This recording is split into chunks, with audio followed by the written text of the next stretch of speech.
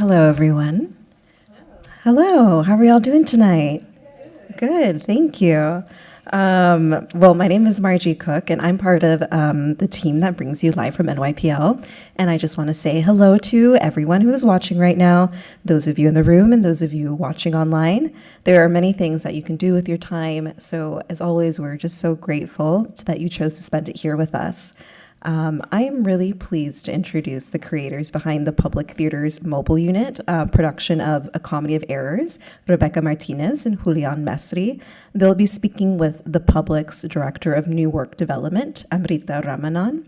So they're here to discuss the process of reimagining one of Shakespeare's most loved plays into English and Spanish musical. It's pretty amazing. You can also find their full bios in your programs or on the event listing on the website.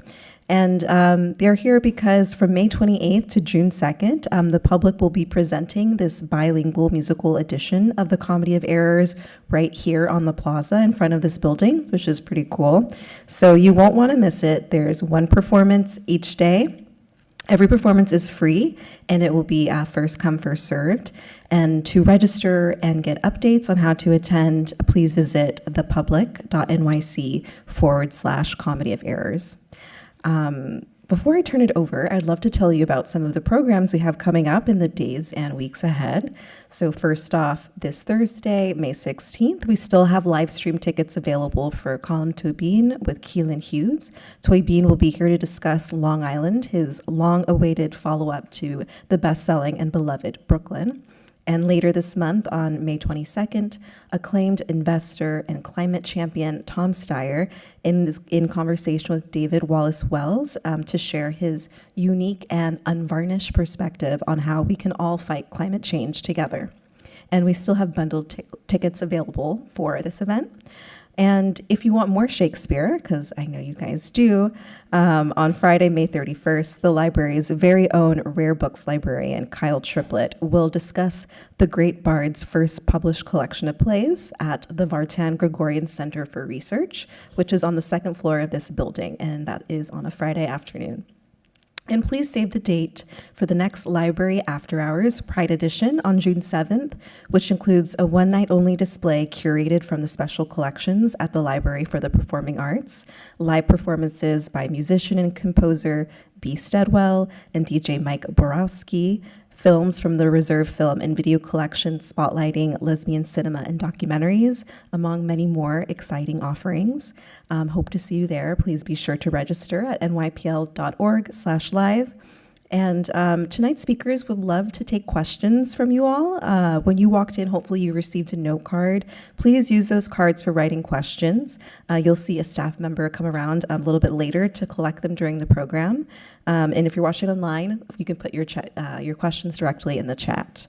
And lastly, Live from NYPL is made possible by the continuing generosity of Celeste Bartos, Minaz Isfahani Bartos, and Adam Bartos, and of course by all of you, our wonderful supporters and friends near and far. Thank you for that support, and thank you again for being here. And with that, let's welcome our guests tonight.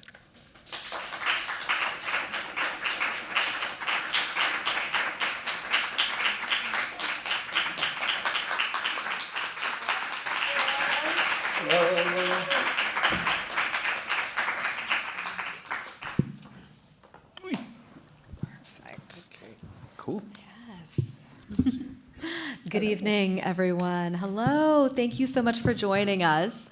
My name is Amrita Ramanan. I am the Director of New Work Development at the Public Theater and also a dramaturg for The Comedy of Errors. And I'm going to pass it along to my amazing collaborators to introduce themselves again, and then we will get started with our conversation. Rebecca. Hi, Rebecca Martínez, director, but also co-adapter, worked on lyrics with Julián. Julián Mesri. I am also a co-adapter, lyric writer, and composer for this piece. Well, we're thrilled to be here with you this evening. The mobile unit at the Public Theater is one of the legacy programs of the Public Theater that adapts various plays and travels to many different communities to share the work in a free and accessible performance. I am thrilled that the director of the mobile unit, Precious Wilson-Gay, is with us today, and want to acknowledge her and her amazing work. Yes. Thank you, Precious. And, it feels very special for us to be at the library today because the first performance of this year's mobile unit, The Comedy of Errors, that you can see will be at Bryant Park on May 28th. So we feel like this is a wonderful starting point to be able to connect with all of you and share our process as we prepare for that performance. Today, we're going to talk about the process of transforming Shakespeare through both bilingual translation and also adaptation. I've had the pleasure of being a dramaturg for almost 18 years and have worked on many Shakespeare productions and have always enjoyed the process that I've found where with every production there has been a source of adaptation, whether that adaptation comes in the text or in the creation of the world, in the ways in which we're thinking about adapting to different environments. Adaptation feels like a constant process. And then also, as a bilingual speaker, what it means to think of Shakespeare being introduced to me first when it was in Hindi and Tamil, and then recognizing how I learned about it in English. And so I'm thrilled to be with my bilingual collaborators as well as we consider the journey that we've had with Shakespeare in this form. So we're going to start by having some conversation around translation and adaptation. We're going to share with you some of what we are working with. We are in rehearsal as we speak, so we are going to give you a tease of some of the work that we've been developing, and then we are going to take questions from you that we would love to respond to. I will also say that this is a musical adaptation, and so there's a really strong connection that we feel around how do you take soliloquies and make them into songs? How do you look at the musical form when thinking about Shakespeare? So with that, Rebecca and Julián, I know that you started this process in 2022. This is our second round with the Comedy of Errors. We were able to have a performance run last year. So I'd love to just hear from both of you. How did this collaboration start on the Comedy of Errors? And what were some of the elements that you first addressed when thinking about this translation? I can start. Well, Julián is someone who I have collaborated with on and off for now it's like 10 years. Yeah, a decade. In many, many different That's crazy. different ways. So when I was first given this invitation to direct something, very specifically for me, I was like, okay, it's going to be out on the street. We got to call the audience in. We got to make it entertaining. We got to bring people to it. Okay, how about music? We know it wants to be and have Spanish in it, English in it, and to me, music is such a huge invitation to the community. And then I was like, oh, I need Julián because he is an amazing composer and songwriter. So it was just a sort of natural fit. And then... Yeah, and I love that you mentioned, Amrita, about reading Shakespeare in Tamil, because my first experience with Shakespeare was a complete works of Shakespeare in Spanish that was in my house, and I was just like really into it, and then my mom was like, don't read this, we're like, read UNESCO and Brecht. My mom was like a theater person.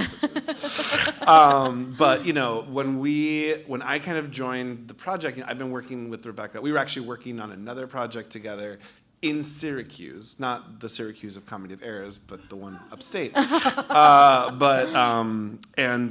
was definitely, the first time, a lot of times when I read Shakespeare the first time, I'm always like, what the hell is happening? I don't understand anything. Mm-hmm. And I told Rebecca that. And then we were just figuring it out together, and we were in a very cold Syracuse, New York, where we really couldn't go outside except for rehearsals. And so we were just like living in like a dorm, basically. And I had my guitar because I was music directing, and we kind of started building these songs, and started at first as a play with music. It was going to be, we'll do Comedy of Errors and we'll have like 4 songs that are meant to help parts of the narrative, maybe made it get more accessible for for non-English speakers, but also for English speakers who can't necessarily follow Shakespeare, like me, or kind of take some characters that might not have a lot of agency and give them agency. And really, we just started using the music as a way to kind of problem solve and address issues that we were finding with a work that has some issues.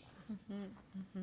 I'm also curious to know from both of you, in that process early on of translation, where you were looking at Shakespeare's English and thinking about the translation to both modern English and also to Spanish, I often find with translation that it does have a natural adaptive quality, that there isn't always a one-to-one ratio in terms of a word in one language immediately translating to a word in another. And particularly with Shakespeare, we are also looking at verse and meter and rhyming couplets and so many, linguistic elements. What was that process like for you when first reading The Comedy of Errors and then approaching it as a bilingual translation? I mean, I would just say to start that I had asked for the leanest cut possible because I knew we were going to add to it.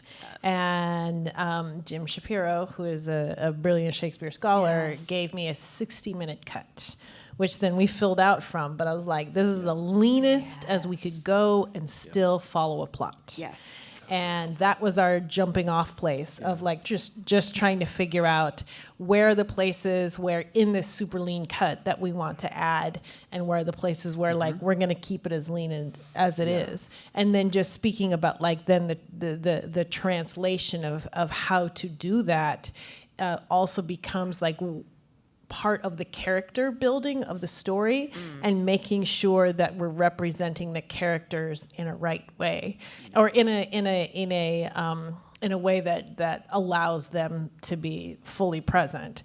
So very specifically, I mean, this is leading into a totally other thing, so I won't go too far down this road, but I know we had an early reading with actors of this lean cut. And some of them, it was a Zoom reading in cold Syracuse. And we had some conversation with them afterward, and they were like, there's some stuff missing. I'm like, yeah, a whole bunch. And I remember, like, particularly about Dromio, which we'll talk about a little bit later. But Dromio, is this really how we want to represent Dromio? And, like, right now he's just sort of, like, running around and doing tasks. And then that started us actually off, because we were also in conversation with a variety of Shakespeare scholars, which was just like part of the beauty of working with the public, is they're like, resources here, meet these folks, learn this way, talk to these people, which was really rich. That started us down the path of starting to think about what the possibilities could be as we started to develop, and how they were interrogating the script and how they invited us to interrogate. And I would say, like, especially, as we started talking to more scholars, all the scholars were like, take the liberties you want. We were very, very careful. We were like, the songs will have some Spanish, but we'll keep the Shakespeare intact. And they're like, no, translate the Shakespeare too. And I was like, yeah, let's do that. And I think for me, having grown up sort of in the United States, I was born in Argentina, but I grew up in the U.S. since I was like 4, but I've always spoken Spanish at home. So kind of having that sort of bilingual mindset, I was trying to think about, what are the ways in which we can make this more accessible to Spanish speakers or to people. And so, we had the songs, but then I was like, well, if we're doing Shakespeare, we're doing verse. We have our own incredible tradition of, verse playwrights in Spanish with the Spanish Golden Age, writing similar times to Shakespeare. And so I was like, let's play around with not just making the Spanish, the more accessible sort of exclamations or colloquialisms, but using some of that verse in the rhyme, and that also working its way into song.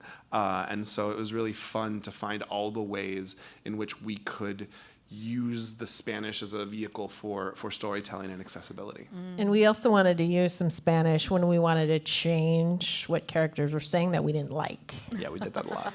So we're like, okay, we're going to use song and we're going to use some Spanish to help us, so that we don't have to like try to rewrite Shakespeare in Shakespeare style, but that we could actually have a little freedom in what we wanted to say.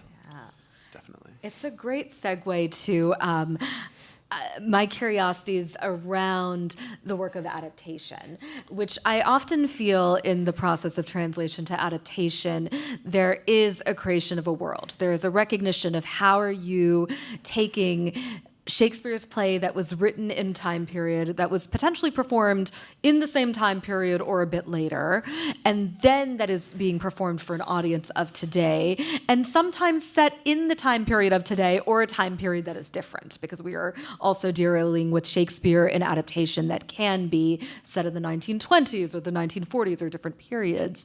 And within that, recognizing the mining of the source text that leads to what is at the heart of the story, and what are the challenges that you want to address to bring it into a contemporary world.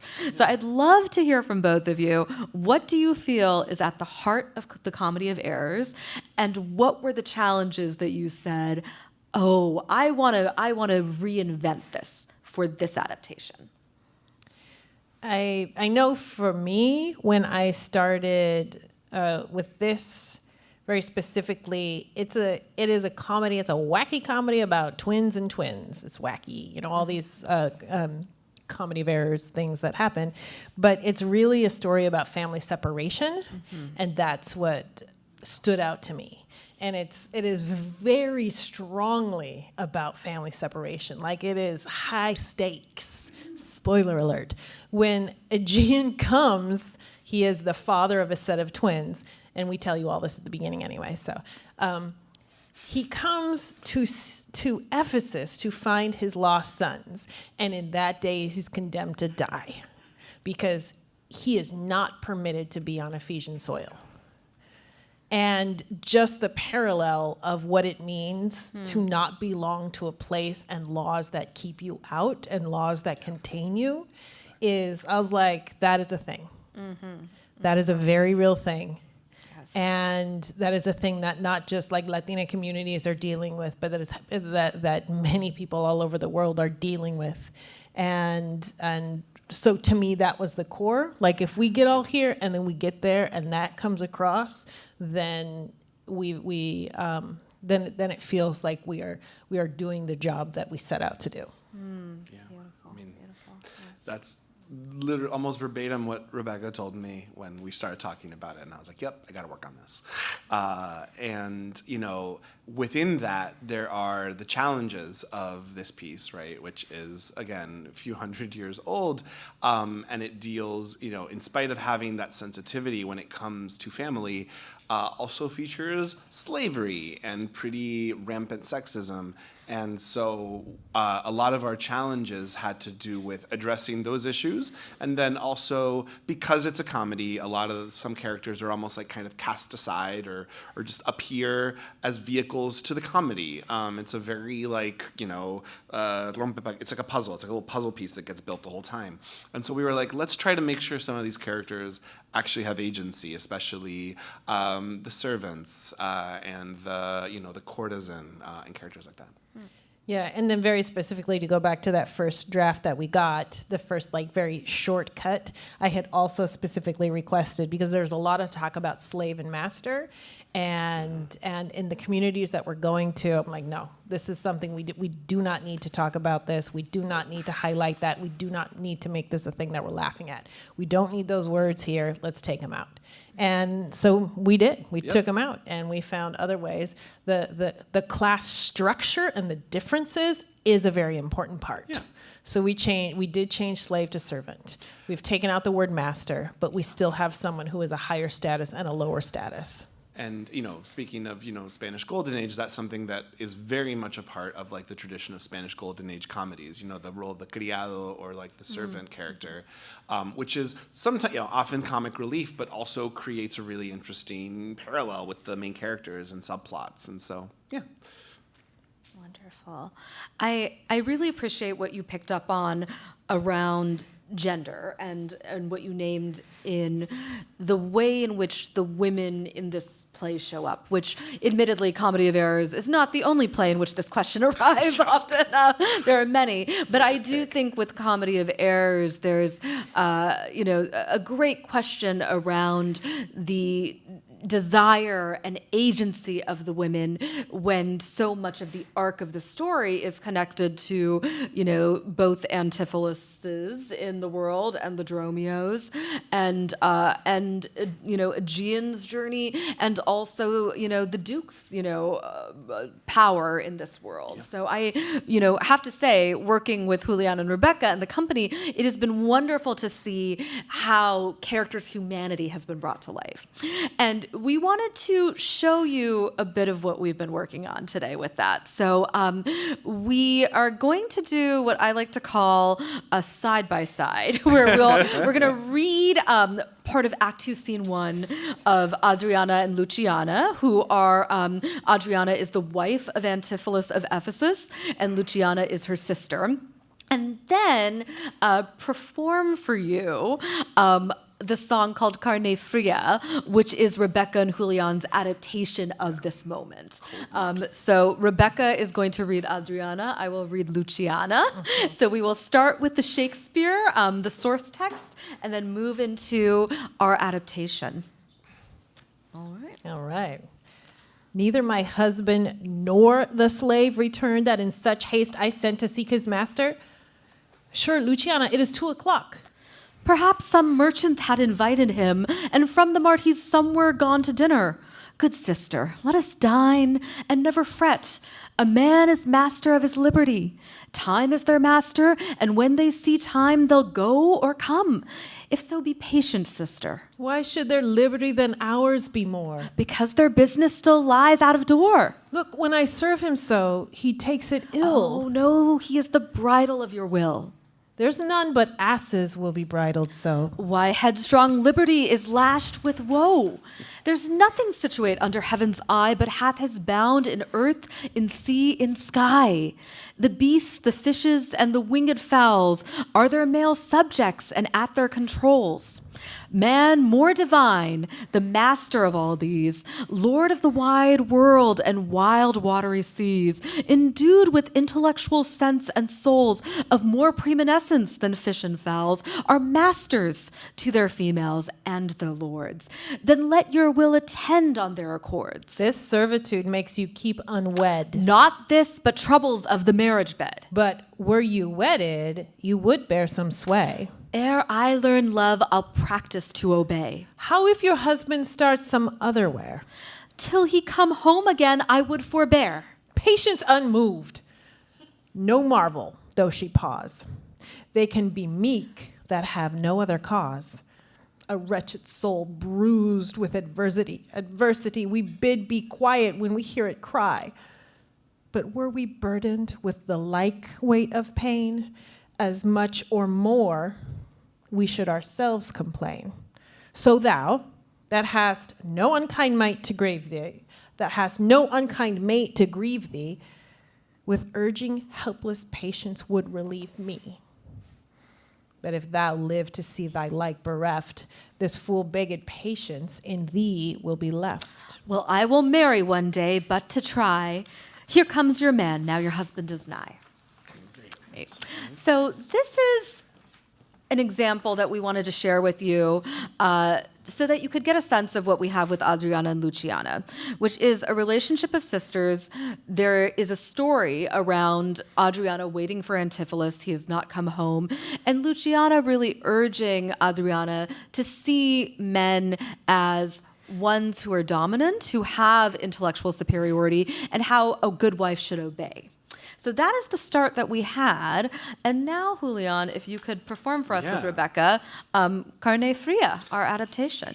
Sure, yeah. So this is the first time we meet these characters, by the way. We have never met them. This is the introduction that we get to them. So here we go. I'll be playing both of them. So I'll try to make it clear who's everyone. Ooh, sorry. Okay. Here I sit in this room, where is my man? No one to share this meal. Well, actually, hours have gone by, the meat grows cold. Without my husband home, I sit alone. I'm right here. But it's not right. A wife should always wait for a man to come home. So instead I'll let the meat grow cold. Adriana, por favor, no hay que esperar a hombre como él que se dan todos los gustos. ¿Para qué desperdiciar una cena que él no te parece tan injusto? Me dices que tal asunto es el amor, que huele más lindo después del dolor. Lo único que huele es tu pudor. Por favor, Adriana, por favor, que a la carne fría le falta sabor. Por favor, Adriana, por favor, que a la carne fría le falta sabor. Why should their liberty than ours be more? Because their business still lies out a door. Look, when I serve him so, he takes it ill. Oh no, he is the bridle of your will. There's none but asses will be bridled. So then what the hell you doing with him, yo? Look, yeah. Wonderful. Should we do that one? Yeah. Look how you whine, cause he won't come home to dine. Sis, you don't need him to feast. Are you so resigned to how marriage is defined, to suffer quietly till you're deceased? Is this what you thought the future had in store when you said I do so many years before? If you call this love, well, girl, I'd ask for more. Por favor, Adriana, por favor, que a la carne fría le falta sabor.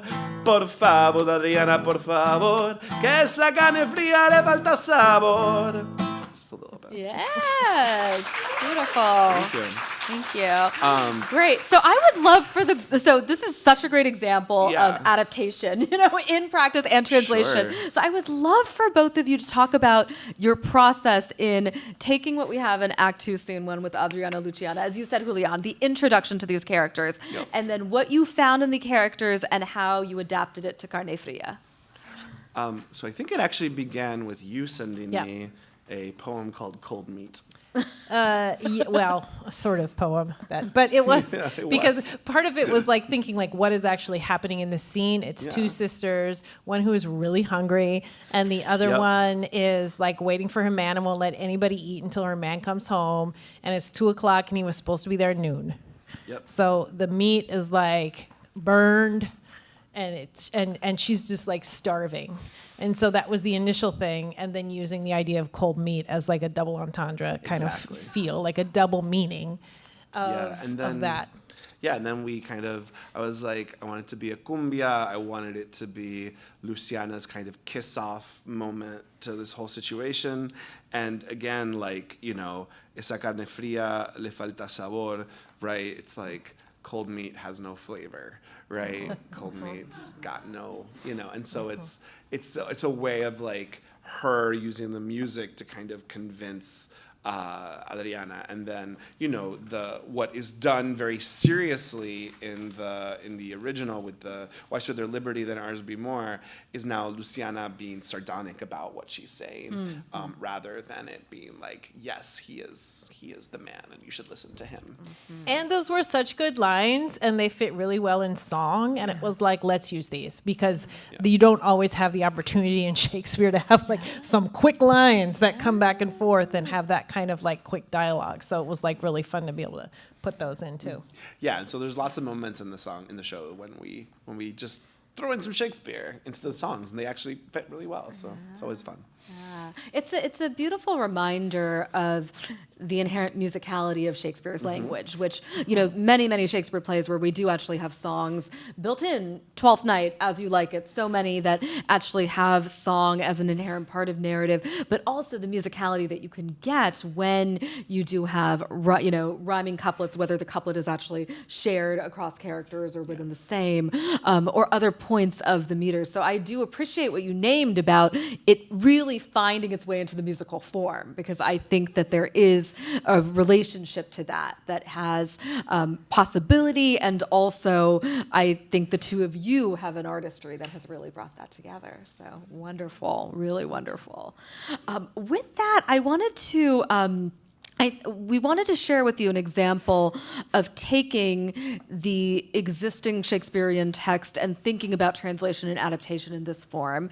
But also, I would love to just have both of you first talk a bit about the experience that you've had in this adaptation of giving characters voice who may not necessarily have their own soliloquies, their own points of view being expressed. And something that I will just share that has been a delight in working on this process is that you have found a way to give every character a voice. And characters that often in Shakespeare, whether they be the unnamed courtesans, whether they be the officers, whether they be the characters that are usually, without even, a first name, but brought into this world, you have found a way to give them a voice. So I'd love if you could just start talking about that as a holistic process. What was the way in which you looked at the world of these characters and said, here's how I can bring their voices into the Comedy of Errors? I think that, what Rebecca was saying about that very first reading we had, and then, our actors being like, wait, Dromio's, this character's really not being treated, well, doesn't have any agency, and then, this character of the courtesan and all of this. And so in our first pass, I had written 4 songs because I thought that was going to be what it was. And we had Garneferia, we had another kind of love song, and then we had 2 fun introductory context songs. And then as we got as our sort of work started getting a little bit more delayed for a lot of reasons, we started to be able to write more. And so I think we were sitting in a rehearsal room, and that's all we got. We were asked for give us just 5 days to just hang out in this room and work. And we really started thinking deeply about Dromio and who Dromio is. And I remember Rebecca had started writing in some lyrics, which is on this day a Syracusan is condemned to die for merely standing on this soil, which was brutal and sad.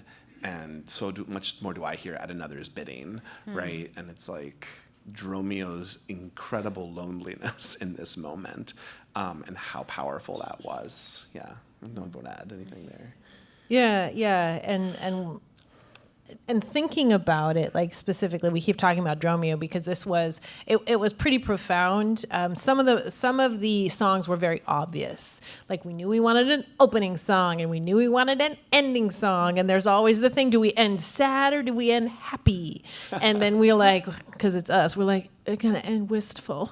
And then one of the actors was usually these shows end on an up note, and we're okay. We'll end happy. We'll reprise the first song. So then we're okay, spoiler alert, we end happy. But so there were some very obvious points. And there's the courtesan monologue, which I knew is just sort of where she's demanding to get what is due her. And okay, this needs to be a show-stopping song where we get a powerhouse singer who is up there and demanding what she needs. And we did it. We got it. And then so finding those moments, the Carne Fria was where the dialogue songs that our folks are having are really exciting. And then there was another one, The Goldsmith, which Angelo, was yes. We know we wanted because the other thing is really thinking about tempo of songs and how to keep things moving and keep the audience engaged. If you're. But also not just thinking about hey, we're in a room and it's dark and we're going to fall asleep, because theater is a really great place to take a nap. I mean, it is. Often do. However, with thinking about shows outside, thinking about songs along the way to try to catch people who are walking on the street who maybe are ooh, what's this? Let me come check it out. So that maybe they come partway through, catch something, and move on. So that was another way of thinking how do we use music as a way to continuously invite audience to join us, and how to share some extra backstory on a character you may not have cared about or known much about.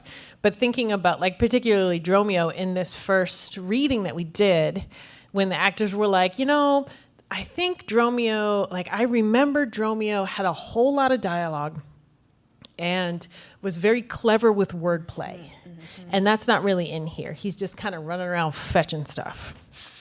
And But there is some really, and you know, some of it's kind of raunchy and, you know, like all that kind of stuff.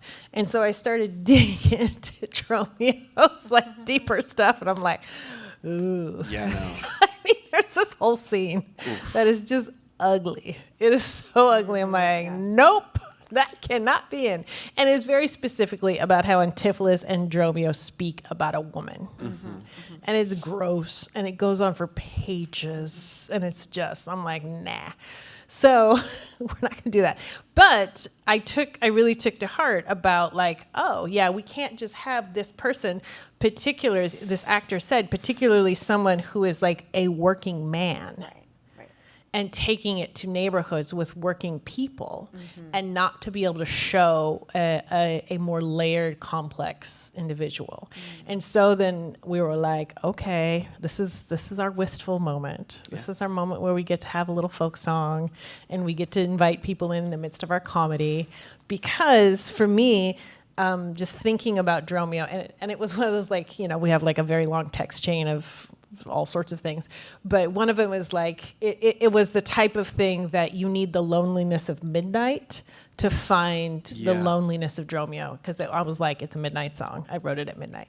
I mean, the scratch lyrics that I sent you, and then you embellished and made them better. Most of them. But getting that sense of what does it mean for Dromio to be in this place where he just landed, he is asked to do this bidding, he knows his life could be forfeit. And he knows nobody, and what does that mean to be in a place where you just do not belong?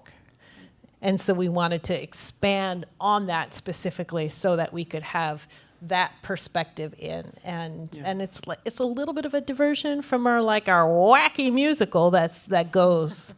But it was one that felt really important to make sure that that's in there.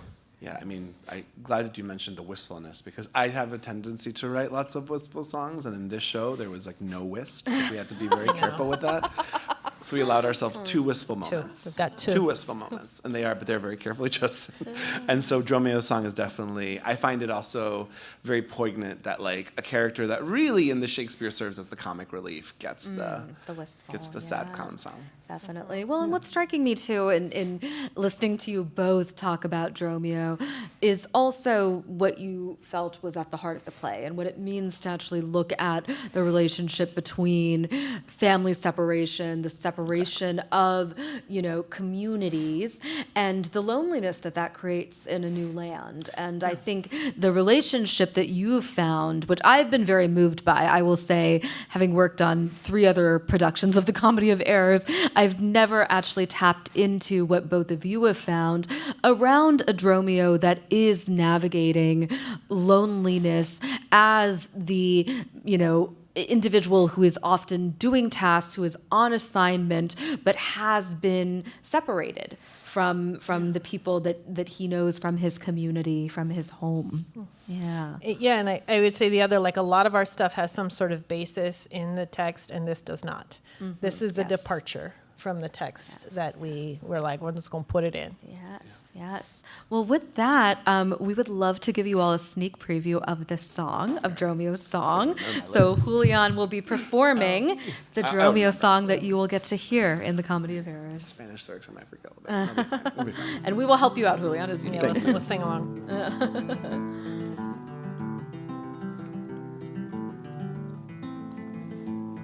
On this day a Syracusan is condemned to die for merely standing on this soil. So much more do I hear at another's bidding. Come on, Dromio, go fetch a boat.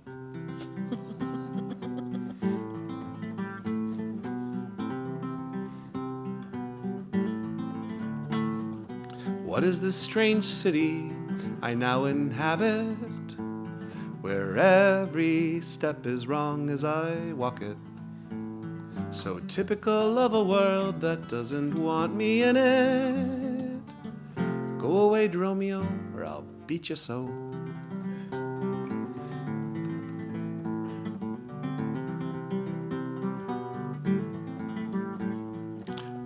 I am Syracusan, and because of this, I know my life is forfeit. Beyond this, I know nothing really. Am I Dromio? Am I myself? Had the stars been kinder when I was that morning left on the doorstep of a home, I might not have been reft. What's the first lyric? Sorry, we forgot. De mi hermano. No, I know that one. Ni con madre, ni padre, ni hermano amable. Sorry, the Spanish got to me. Trabajando, sirviendo, pero nunca favoreciendo. Sigo siendo sombra viviente, persistiendo entre la gente. Una luz negra, triste y fosforescente.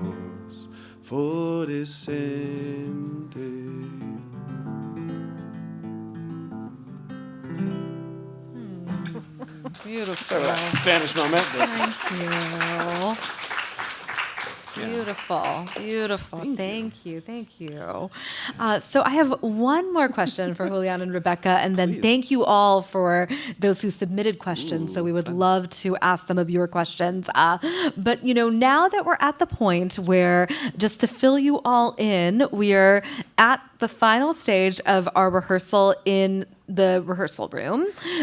We then will start our performance process in the next few weeks. And this is a performance that is with a company of actors who play multiple roles, that is all outdoors. Every performance will be outside in numerous locations across the boroughs.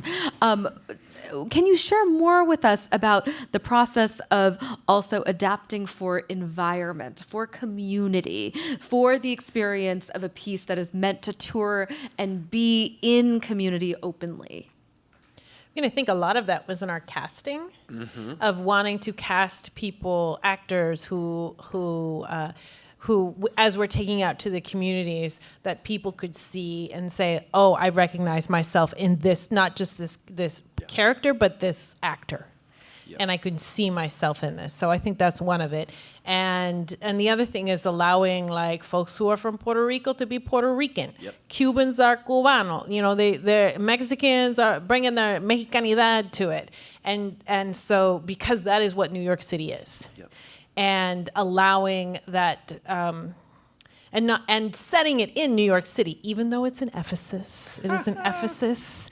It is an Ephesus that looks and feels like New York City. Yeah. And that was something that, but maybe a little brighter in color, because you got to see us through the crowd. But that was the hope. That was really the hope, that the sounds and the sights and the people and how they speak felt like New York City. And in the composition, similarly, I wanted the music, it's very much influenced by Latin America and Latin American music, but it's not like one style. It's not like all mariachi, it's not all cumbia, it's not all reggaeton, it's not all salsa. We have all of that, and we also have some rock, and we have some Silvio Rodriguez type stuff. And so it's like this idea that I want it to sound like the New York City and the Latin American communities I grew up with, right? And so when people hear a reggaeton song or they hear some salsa or bachata and suddenly like, oh, what's going on, right?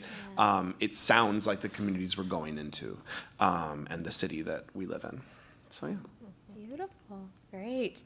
Well, thank you. I'm going to turn to some of your questions. Great. Thank you for these.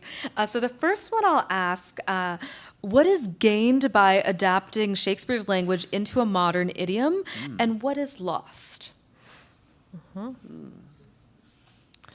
There is a lot of Shakespeare still in our adaptation. Oh boy. There is, and for that, very intentionally so. There is some of the text that is so incredibly beautiful that we're it's just staying. We're not going to translate it. We're not going to do anything with it. We're not going to turn it into a song. It's just going to live as text because we want to honor the beauty of that text.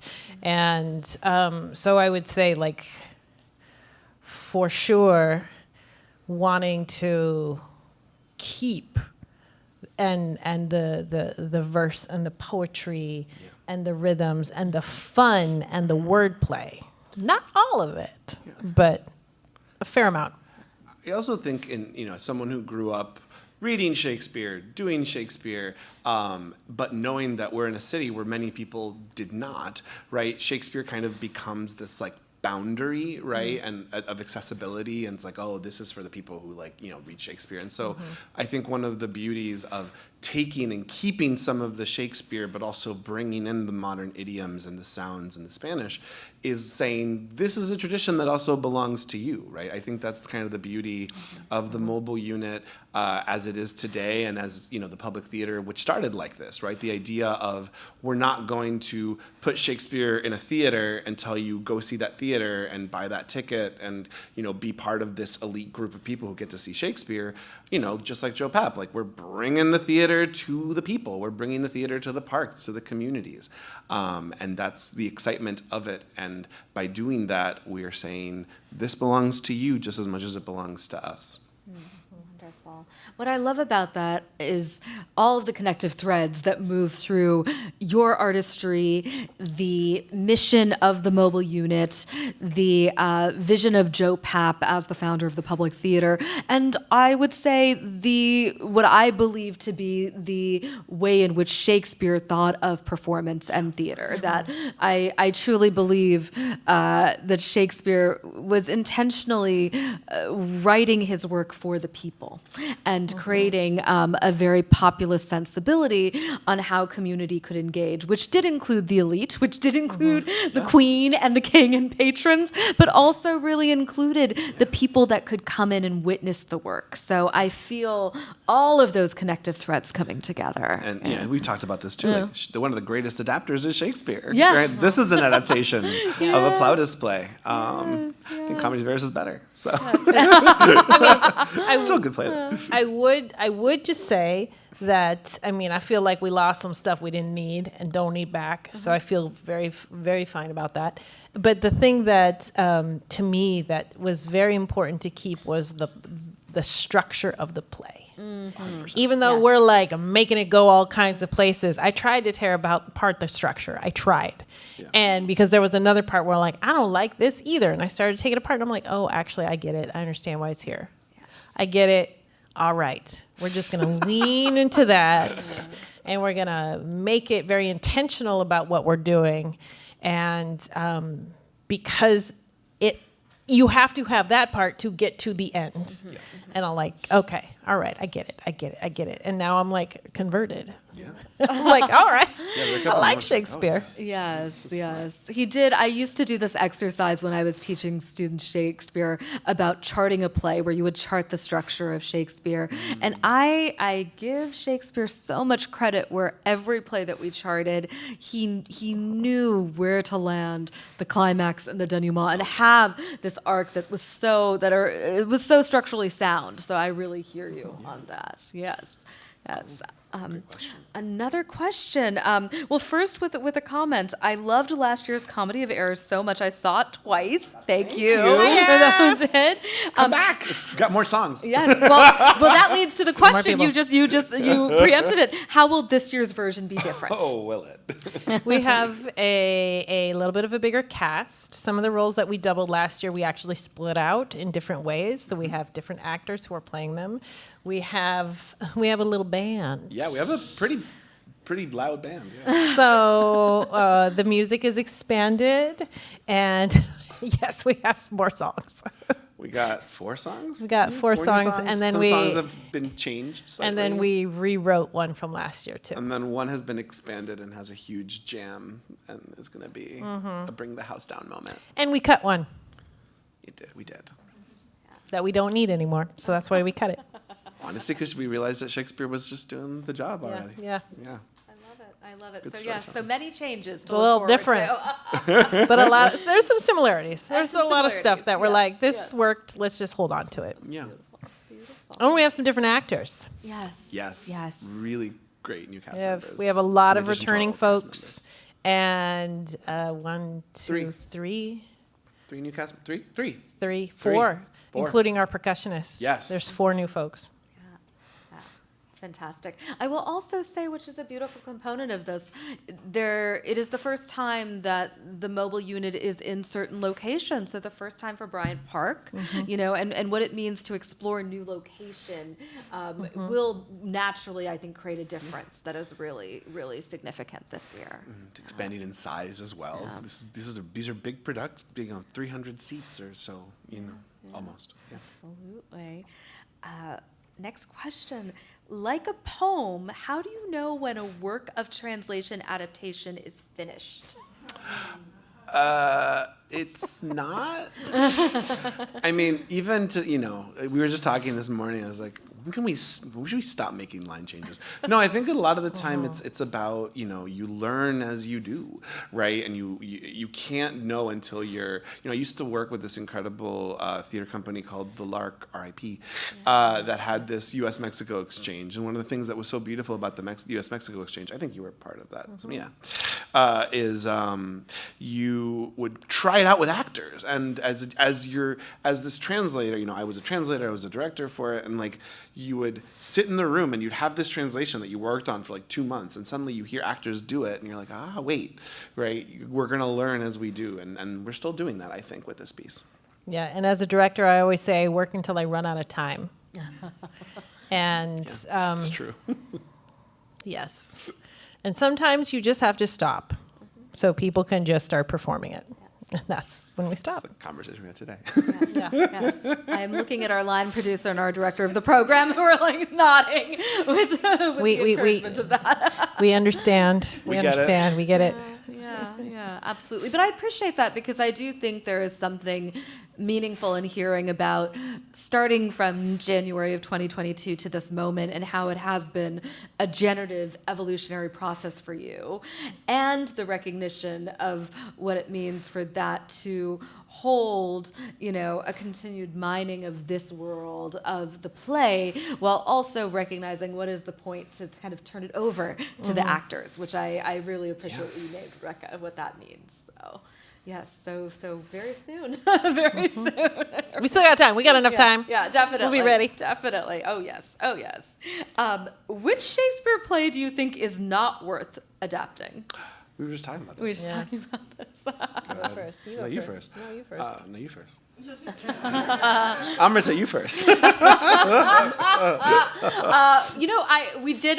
It is funny. We did actually have this conversation in the green room. But I will offer potentially a different one. Go for it.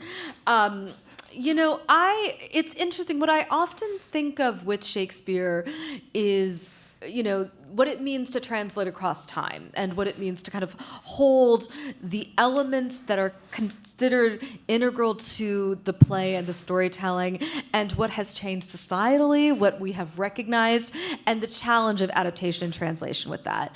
And what I would personally say, and really want to emphasize the personal, because I trust artists out there who love the challenge of adaptation, is I find it incredibly difficult for The Merchant of Venice. And I find it incredibly difficult for The Merchant of Venice because, in addition to a storytelling that really takes Jewishness as villainy, which I feel is not only personally problematic, but also, there is a journey and a history of that we have experienced, that really speaks to the challenge of it. It is structured as a comedy. And so every time that I have attempted to even seek out an adaptation for it, I cannot get away from the fact that it is structured as a comedy. That it is structurally, it ends with a reunion and with a reunion of love and the promise of marriage. And I think that is a significant challenge in adaptation. So for me, it would be The Merchant of Venice. Yeah, I mean, we were talking about also, Taming of the Shrew is probably one for me. I remember seeing... Not a fan. Yeah, I've seen so many productions of it. And it's just always never, and I'm always like, there's so many other shows you can do. And, but like Amrita said, like, I think that there is something to be said for the task of adaptation. And I think, I wouldn't discourage someone from trying to adapt it if they really found a way to do so, right? I mean, I'm working on production of Henry VI after this, and Henry VI Part 1 is an absolute mess. It's like such a not good play. Sorry, Shakespeare. It's really bad. But, in the adaptation, like, they mashed it up with Henry VI Part 2, and I was like, okay, now it's like action-packed and it's moving. And I was like, yeah, maybe you can just do that to a lot of Shakespeare plays. Some you don't. Some really hold their own, but, he wrote a lot of plays, and I'm sure he would be kind of embarrassed that we're doing some of his shows. That he was like, really, that one? Why are you doing that one? But we can't ask him, so. Yeah. I mean, when I think about adaptation, I think about, like, where's my way in? How do I find a way into it? Yeah. And there's some of those plays where I'm just like, nah. Yeah. I don't know. It's very convoluted. Let somebody else take a crack at that one. Yeah. Definitely. So the fun flip of this, if you had to pick, what would you adapt next? Shakespeare or otherwise? It just says adapt next, so I leave that open to you. Chatting about that. Yeah, we have two. Go for it. You do one, I'll do one. That is Shakespeare? Or not Shakespeare. Okay, you do first. Oh. What is this like? All right. Well, the first one we talked about was... they're the same. I mean, I love Shakespeare, but I also think that there is a canon of other, that are still canon, right? That are still also, we could probably expand. But, in Latin America, you really, the same way that you really can't go into like a big city without seeing some kind of Shakespeare production in an English-speaking country, the same thing goes for Lorca in any Latin American capital or Spanish city. You're going to see Blood Wedding, you're going to see Yerma, you're going to see Casa Bernarda. So I love Blood Wedding deeply as a play, and I think there's so much music already in it, and it would be such a fun challenge to do that. Yeah. And I would love to work with Rebecca on that. So if anybody wants to hire us. Just pitching. Yeah, and then also the one that we are talking a little bit about is Sor Juana de la Cruz, who's a Mexican playwright. Yes. House of Desires is another one that we're talking about. Go ahead, tell them the concept we have with that one, because we already started developing. No? Yeah. Right. Well, I mean, it's an idea form, but really thinking about like what is this people that are in this house who are just running around of different stratas of society, who are like falling in love and out of love, and like it's all about love and all these things, but that it's set within a campaign. Like campaign workers on the eve of an election, who are like the drama that you have to deal with is actually how much of it is love drama and how much is political drama and how much of it is ego drama. And the hierarchy is now your candidates and your staff members and campaign managers. Yeah, it's, there's a lot of inroads there. Those are fantastic ideas. Very excited about those. We have time for a final question. And actually, Precious, I'm going to ask you if you would be willing to respond to this. And happy to hand you a mic. What's next for the mobile unit after this summer? Oh, wow. Okay. Yeah. Turn around. Yes. Woo! Here. Let's give you I mean, so mobile unit. it's coming out. Do you want to?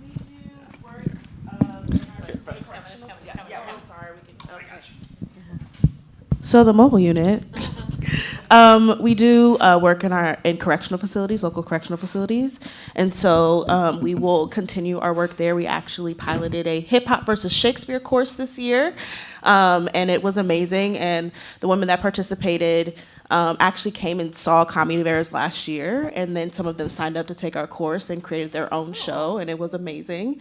I'll tell you about that. And in terms of, Shakespeare, I mean, Mobile Unit is always into adaptation of Shakespeare and bringing it into community where it's intentional. I think the last thing that the program is interested in doing is bringing shows that we think you want to see and bringing Shakespeare in a form that we think you want to see and more of what you actually, where you can understand. And so it's about accessibility, and we'll continue to do that. Wonderful. Thank you, Precious. Yes. Yes. So with that, we are almost at 8 o'clock. So I wanted to, acknowledge all of you and thank you so much for these great questions, for being part of our conversation today. I wanted to thank Precious and Lolly and Julián and Rebecca. Thank you so much. And then for all of you, please come and see us as we're on tour. We will be at Bryant Park on May 28th. We will be touring through June 30th, including, locations in Prospect Park and St. John's the Vine. So many locations. You can go on the Public Theater's website and see all of the locations and performance times. Also this summer, the Public Theater is hosting a number of movie screenings and movie nights for some of our fantastic Shakespeare productions in the Delacorte, including Our Much Ado About Nothing, Our Merry Wives of Windsor. So please check out our schedule. Everything is free and open to the public. Tell your friends, tell your neighbors, tell your family. Please come and join us, and thank you so much for joining us today. Yes, I see.